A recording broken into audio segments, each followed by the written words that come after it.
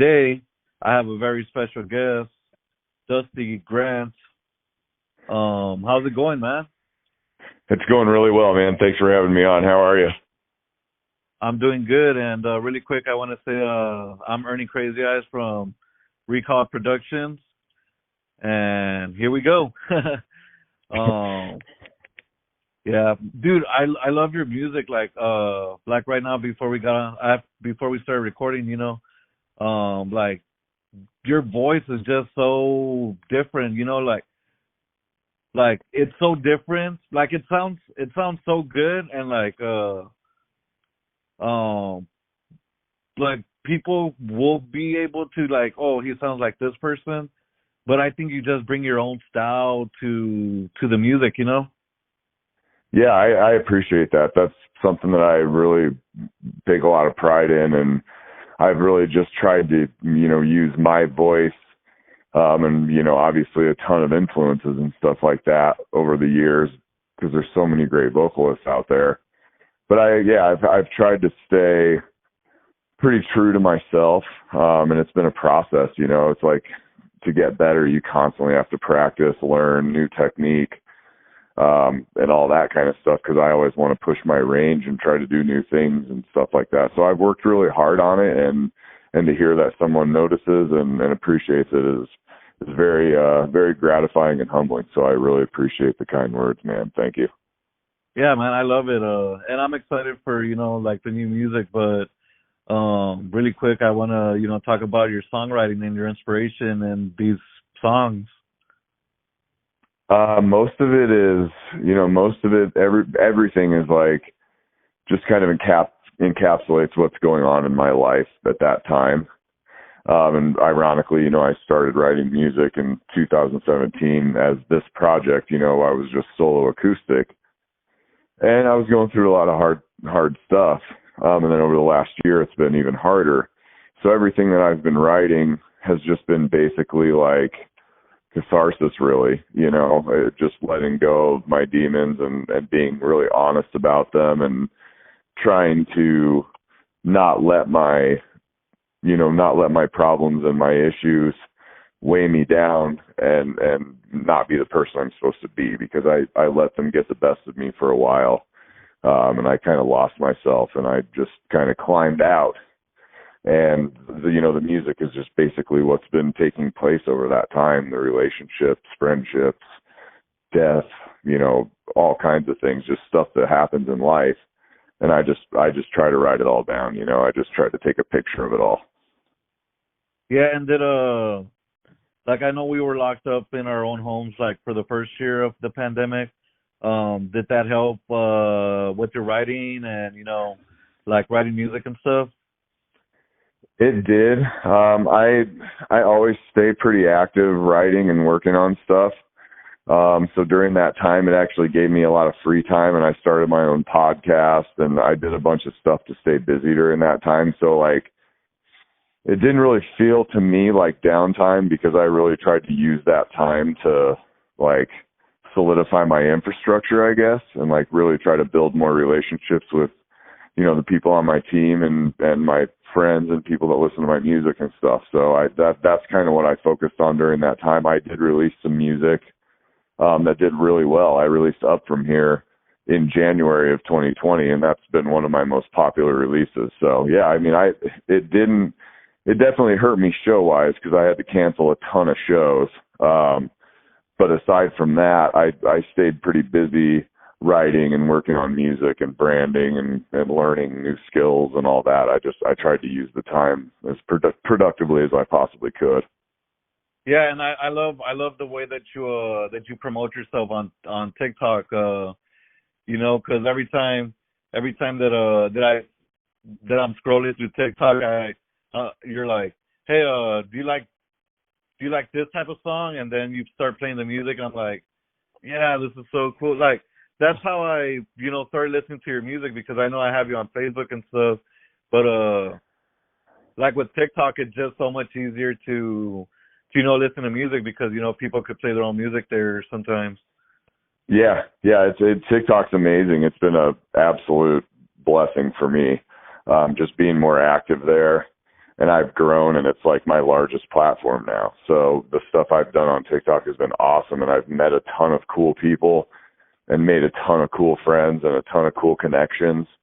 And TikTok's just been great. I've been super stoked, and I'm like everybody else, I'm just trying to learn, how I can get my reach out there.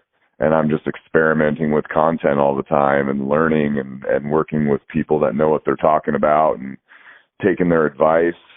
And, it pays off if you do that and you stay on there and grind. I do believe there's a very good platform there for artists to get their music out there. And I've seen it firsthand. It's been absolutely great for me. Yeah. And, can you talk to me about, do you still have do you still do the podcast, or is that put on hold right now? The podcast, I just tabled it. I have aspirations at some point to maybe do it again. But that's probably when I'm going to be more homebodied.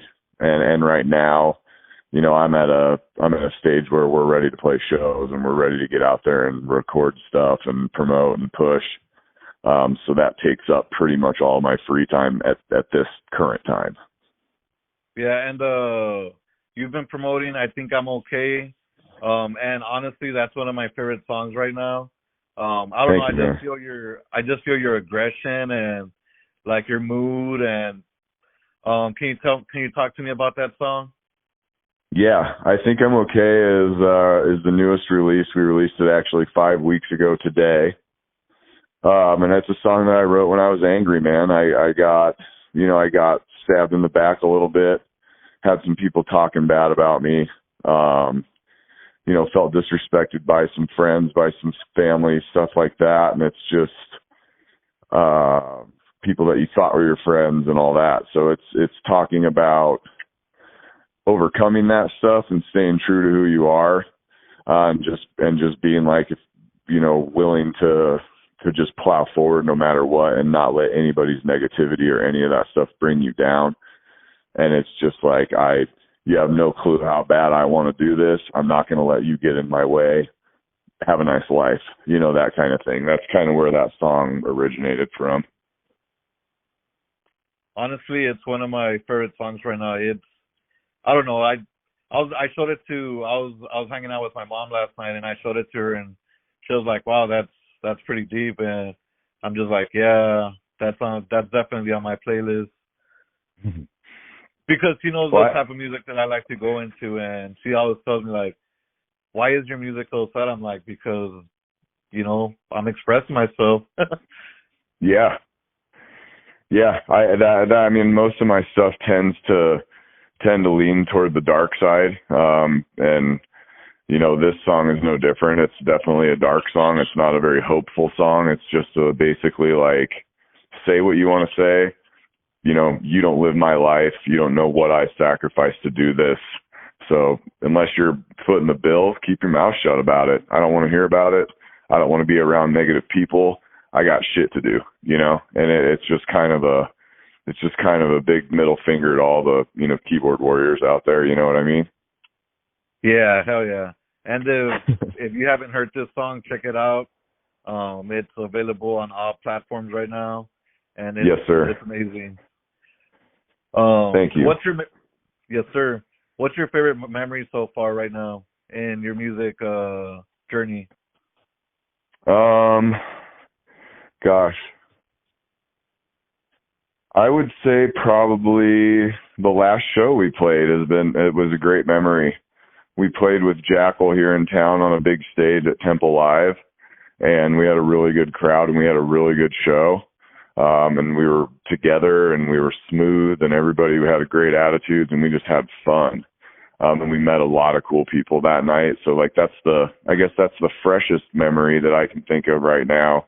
And it's probably my favorite because we're constantly growing and evolving. And every time we play, it's like a whole new experience and we're just adding all these wrinkles all the time. It's just really exciting. So yeah, I mean the last show was exciting and we just got like more hungry to play than ever. So yeah, that would be my best memory right now.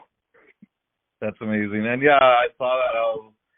I was telling myself, I'm like, man, I've never heard of this Jackal band, but I'll probably check them out because I don't know. I like to listen to new artists that are new to me. I mean, I don't know how long Jackal's been out and stuff, but I Oh just yeah, love they've been checking around out a new long artists. time. Long time, damn, that's cool. Yeah, they have a lot of stuff out there that you can check out. They're a great band, and their whole team and everything was super cool. It was a really cool opportunity to get to play with those guys. You know, it's like we're little guys, so when we get to play with people that have been doing it for 30 years, you're like, holy cow, you know, these are the guys that you look up to when you're younger and stuff like that. So yeah, it was really cool. Hell yeah, man. And you know, what artist inspired you, you know, to pick up the microphone and, you know, just start singing and stuff and playing guitar? You know, the singing stuff started when I was like 19. I was really into the rap metal stuff. I was really into all the grunge, you know, the early mid 90s grunge stuff. And I just kind of took those influences and joined like a cover band type thing, or it was supposed to be a cover band. And, you know, I like at that time, I would say inspirations are like Nine Inch Nails, Alice in Chains, Nirvana, Limp Bizkit, Korn. You know, those are a lot of my influences from that time. And that's really when I started singing. But as I've gotten older, you know, now like country artists even inspire me by the way that they tell stories in their writing and things like that. So like Whitey Morgan and the 78s is one of my favorite groups right now. But I also like really heavy shit like Fit for an Autopsy. So I like my influences are very broad, and like everything I listen to inspires me to be a better musician. I'm always listening to it and I'm just like blown away. Like, man, how did these guys write this shit? This shit is incredible. You know, like I'm a fan first, of course. You know, we're all music fans first. My first love is listening to music and the way it makes me feel and all that stuff. So, like everything I listen to in one way or another, like inspires me. You know. I guess it's true what they say. It's more than a feeling. It is. It definitely is. And you know, you mentioned Limp Bizkit. Did you check out their album that they released last year? Still Sucks. Yes, I did, and I liked it. I haven't listened to it a ton, but I do like it. And my guitar player Jason Catlett is a huge Limp Bizkit fan, and he raves about it. He loves the record. Me too, bro. I literally walked to Walmart to buy a 30-pack of Miller High Life, and I walked back, and I'm like, I'm gonna drink this, and I'm just gonna listen to a Limp Bizkit album, and I'm gonna listen to old Limp Bizkit after, and it was an amazing time. That sounds fun, man. I would have. If I lived closer, I'd have been there. We love Limp Bizkit. We cover a Limp Bizkit song. We cover "Take a Look Around." Oh, nice. And it always gets the crowd fucking hyped. So it's like we love Limp Bizkit. Wait, we're definitely a Mission Impossible thing, right? Yeah. Oh, okay, yeah. You know what? I have video of the full performance, so I can send you a video of it. Dude, I would love that. And you know what I love though? I love that they embrace the hate, like, you know, and one of their songs is like, man, I fucking hate Limp Bizkit. I was just like, what the hell? Yeah, I love how they play it, and you know what, people can talk all they want, but they're still, you know, headlining festivals and shit. So, you know, talk all the trash you want about them, but like, especially nowadays, like there's some of that stuff's coming back, and they're like some of the OGs from that style of music. So, I mean, people should appreciate the fact that they've been around for 20 plus years doing what they're doing, and they're still doing it very well, you know? Yeah, I love it. And who would you guys like to tour with? Limp Bizkit. Damn, please come to Texas. Please come to Texas. Yeah, that would, I mean, now that we're talking about it, and I don't know if I've ever answered that before, but now that I'm thinking about it, I'm like, yeah, what would be the most fun possible tour to be on with the craziest audiences, and it would probably be something like Limp Bizkit, right? I mean, it's got to be fucking wild being on the road with those guys. Yeah, definitely. I mean, I don't know. I'll probably have to bring like several pair of my glasses, so just in case I lose a pair. I don't want to be blind as I don't want to be blind as hell for the next few shows. Yeah, we would. Yeah, you would. I would need to train my liver for that run. I'm sure. Oh hell yeah! What's your preferred drink? My day-to-day go-to is Miller Lite.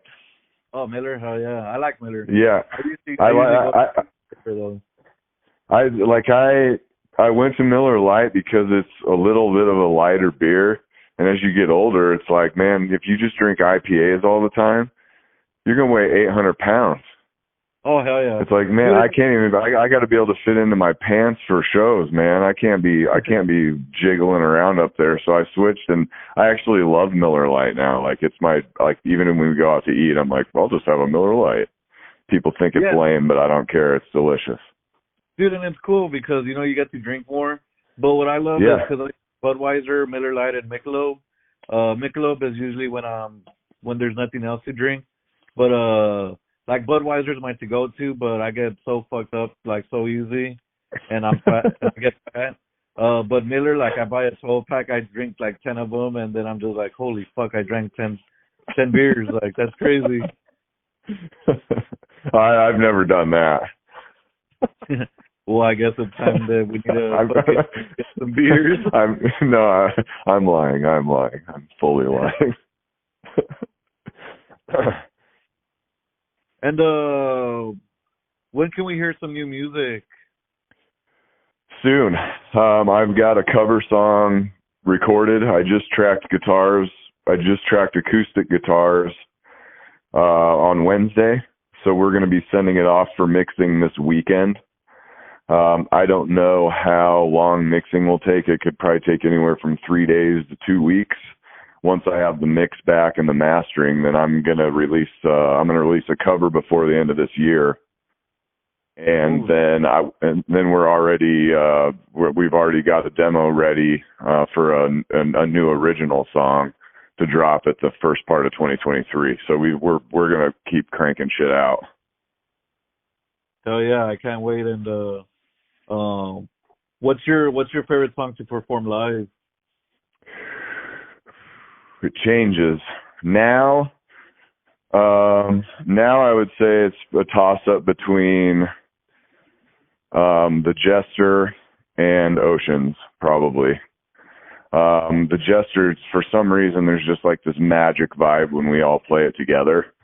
So it's just like you feel like you're like watching Pink Floyd or something. It just gets really like trippy, and it's like an experience. And even when you're playing it, you're like, holy shit, man, this is cool. This is vibing. And then Oceans is just like such a passionate song that sometimes it's not hard to get into it when you're singing it. You can really pour your heart out up there, and I love to do that live. It's why I play music. So but it's between those two right now. Yeah. When I saw The Jester, I was like, holy crap, they covered Bat Flower. And then I heard it, and I was just like, whoa, that's completely different, but I like it. Yeah, it was. I think they came out with theirs slightly after I came out with mine, but they probably never heard mine. I mean, mine's only got like 3,000 streams or something like that, and theirs probably has 3 million or 30 million or who knows. But I love that song by them too. It's a fucking amazing song.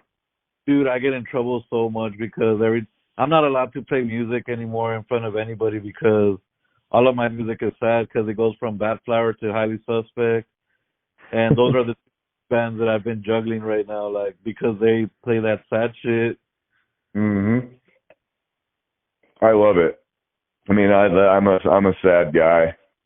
I love this. I love the sad music. I love dark music. I love heavy music. I love fucking barroom, smoky, honky tonk country music. I like hip hop. I like everything, dude. But like deep down, my favorite stuff is like the dark stuff for sure.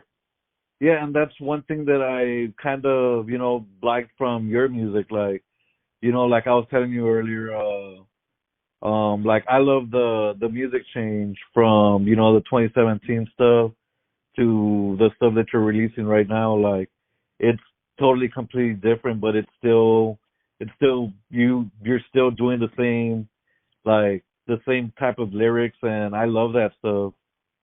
Thank you, man. The next song we come out with, we've already got it written.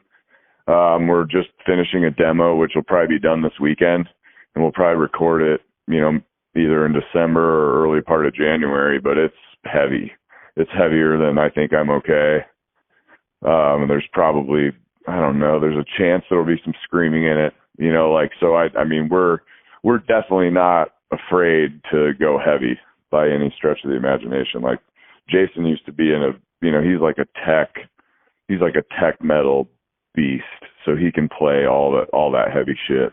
That's his cup of tea, and I love to write that kind of stuff too. So like it seems to be working pretty well, like the progression that we've taken. So we're just kind of letting the universe dictate, what we do next. Dude, that's amazing, and I can't wait to hear that and that cover later on this year. Yeah, it'll be awesome, man. I think everyone's going to be pretty stoked about it when it comes out. I'll be announcing shit for that one very soon. Who would you guys like to collaborate with? Man, it's so hard to pick one. You know what I mean? Like I would love to write a song with Jerry Cantrell of Alice in Chains, and Jerry Cantrell, he's probably one of my favorite songwriters and guitar players. I love his vocals. I love his lyrics. Like I really enjoy his music. So I would say probably him to write a song with. I think that would be pretty much a dream come true. Hell yeah, dude. I think that'd be great too. I love Alice in Chains. Me too. Can you talk to me about Oceans? 'Cause that one kind of just like I'm not okay. I think I'm okay. I mean, that one spoke to me a little bit. So can you tell me a little bit more about Oceans? Oceans was a song I wrote about grief. Obviously, a good friend of mine was killed in a hit and run last year. And he was a good friend of mine, and he was a good friend of everyone in the bands. And this Oceans was the first thing Jason Catlett and I ever wrote together, my guitar player. But he was really close with Kenny, and I was really close with him too. And he and I kind of, leaned on each other during that time because it was a really hard time. So we wrote Oceans together. It was the first piece of music Jason wrote after he found out about Kenny's death. The lyrics that I wrote without ever hearing the guitars or anything that Jason had.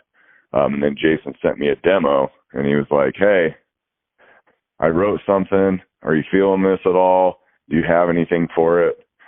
I listened to it once, and I was like, "Yeah, I have something for it." I went over to his house. We recorded the vocals, sent it off to Dawson. Dawson was like, "All right, let's record it." And the rest is history. We promoted it really hard. And we wanted it to be a way to pay respect to our friend and a tribute to him, because he was a big mentor for both of us in music and everything. Yeah. He gave me my first opportunity when I moved here, and like he helped me early in my career before anyone gave a shit about me, and we just miss him a lot. But that song was written for him. But it's also a song written to let people that are going through that, as horrible as it is, it's part of our lives, right? Everybody experiences loss, and, it's a way to tell people like how you're feeling about this right now is normal. It's okay. It's okay to be sad. You're going to have your moments, whatever. It's like, it's a tribute to him, but in a way it's also like, just so people don't feel so alone in their grief, because everybody goes through it. Yeah, man, and I'm over here trying not to cry because my best friend actually passed away last year, and I'm sorry to hear that, man. That sucks. Yeah, man, it's been tough, and like this year I went to go see 3 Days Grace after they released their new album, and Lifetime just fucking hit me, dude, because he's like, you weren't the one that I was supposed to lose. I thought I'd have you for a lifetime, and I'm just like, fuck. And when I heard Oceans, I'm like, okay, I need to talk about it because, like I'm feeling sad, and I want to cry when I listen to the song. So, like it sucks. Like it sucks that we have to go through this stuff. It does. I'd lost people, and I'm getting deep here, but I guess that's what we're here to do. I'd lost people before, grandparents that had been sick or people that were older, and it was always like, yes, of course it hurts and it sucks so bad, but you're kind of prepared for it as they get older and get sick and stuff like that, so you have time to like almost prepare yourself mentally a little bit. And when somebody your age or somebody younger than you, with young children and stuff, is taken in the blink of an eye, like it fucks your whole world up, man. It's really hard to understand why, and yeah. and you just, I don't want to make people sad, but at the same time, it's like a lot of the problems I've had in my life have been from keeping my feelings inside. So now I'm just like shouting them from the rooftops is all I do. I'm not afraid to say what I feel or what I think, and I'm not going to carry around that burden of, not being able to express myself or some shit like that anymore. You know what I mean? And it just makes you realize like how short life is and all of that. But that, yeah, it all circles back around to that grief, man. It's like we don't know how to process it. It just doesn't, it's just so hard to process and understand. You're just speaking to the masses right now, honestly. I know a lot of people have gone through it, so it's a really sad subject, but like I said, like I'm not afraid to touch on the dark shit. So I do often in my music, and I'm not going to hide it, or I'm not going to hide who I am anymore. And that's, it's like you said, you got to express yourself. Yeah. I mean, all the artists that I listen to, they've all been through something, and, here speaking to you, like you went through something, and, I'm just a podcaster. I went through something, and, it's just the circle of life. It is. We just have to stay strong, and yeah. Yeah. The thing that helps me the most is like to try to be grateful. Be like, I'm great. Instead of being like, man, I lost them. What could we have done? Which that feeling comes all the time, but it's I try to fight it away and say, look at the time I did have with him. I only had a short time with him, but it was a lifetime worth of memories. And trying to think that everything happens for a reason, even though I don't believe that necessarily, but you know what I mean? Just trying to be optimistic about it and be grateful what you did have as opposed to the things that you lost. And it's like, sometimes that helps take away the sting a little, Yeah. And, this is your chance to, speak to the fans. Like, do you have a message for the listeners and for the people that have been supporting you since 2017? To the new people and the old people alike, I don't think you guys know how grateful I am for you. The reason sometimes I want to give up. I've spent a lot and sacrificed a lot to put out the music and do all this stuff, and to show that it connects with people is the reason we keep going. So if you're out there and you're giving my music a chance, I just want to say thank you, and I'm extremely grateful for you and you guys. I notice everything. I'm watching everything. I don't have an agent. I don't have a manager. I don't have any of that. I'm handling everything, and I see it and I appreciate it, and I just want to say thank you. Oh yeah, man, that was beautiful. And I like to end every interview with a fun question.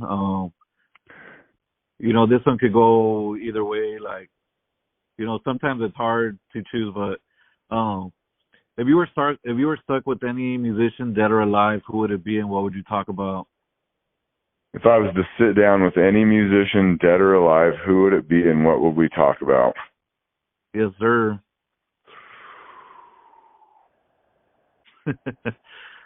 Man, that's a really hard question. There's so many. I There's know. so many things. There's so many things. It's just like, oh my god, who would I sit down with and what would we talk about? I've given so many answers because at one point Is it a musician or is it anybody? No, it's a musician. A musician. Dang. Yeah, I've given different answers because like I feel different. I'm just like Vinnie Paul sometimes, even though I met him. Stevie Ray Vaughan, like I would have loved to have conversate with that guy. Tom Petty, one of the legends. Jimi Hendrix. Yeah. Cliff Burton. Dimebag. There's just so many correct answers. Can I pick 25 of them? Damn, that's gonna be a big ass fucking elevator. Yeah, we're gonna have to have a lot of Miller Lite. I think a good one for me would probably be Trent Reznor. Just because I think he's a pretty fascinating and super intelligent guy, and I could probably sit down and talk music with him, and he could probably enlighten me on music business stuff. So that's probably what I would do, because that would probably propel my career. I might be able to learn something, and sit down with one of my idols. So that'd be a good one. I would say Trent Reznor. I like that one. Yeah, that would definitely be a really good conversation. And where can we find you guys? Everywhere. Right now, TikTok is my biggest platform. It's at Dusty_Grant. You can find me on my website, www.dustygrant.com. I'm on Twitter, Facebook, Instagram. I am on Spotify, Amazon, Apple Music, Pandora, Deezer, Tidal, all the streaming platforms, YouTube. Just search Dusty Grant and you should be able to find me. Oh yeah, I want to thank you so much for hanging out with me today, and I'm excited to hear more music, and I'm a huge fan. That's why we're here. I love it. I really appreciate it, man. I appreciate the opportunity to get my stuff out there, and you giving me the platform to sit here and chat and get to know you a little bit better. I appreciate it, man. Thank you so much. Thank you so much for being here, and thank you for listening. And just remember that without music, life would be a mistake.